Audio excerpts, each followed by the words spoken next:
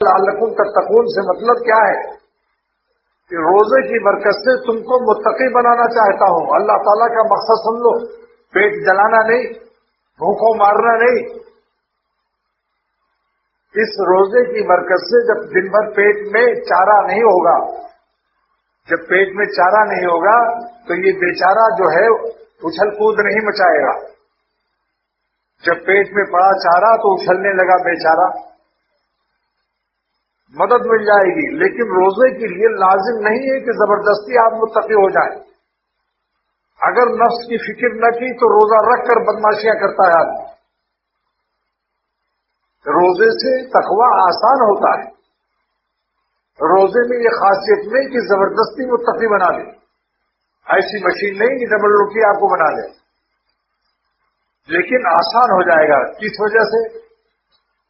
Number 1، پیٹ میں چارہ نہ رہے گا، بھوکا انسان، اس کو خدا کی یاد زیادہ آتی ہے، نفس سے ٹوٹ جاتا ہے. نمبر 2، اللہ تعالیٰ نے شیاطین کو رمضان میں جکڑ دیا ہے، شیاطین قید ہو جاتے ہیں، لہذا دشمن سے نجات. پھر بھی دوست کا کام نہ کرو. تیسرا کہ پورے رمضان بھر عرش اعظم کو اٹھانے والے فرشتے روزے داروں کی دعاؤں پر آمین کہتے ہیں.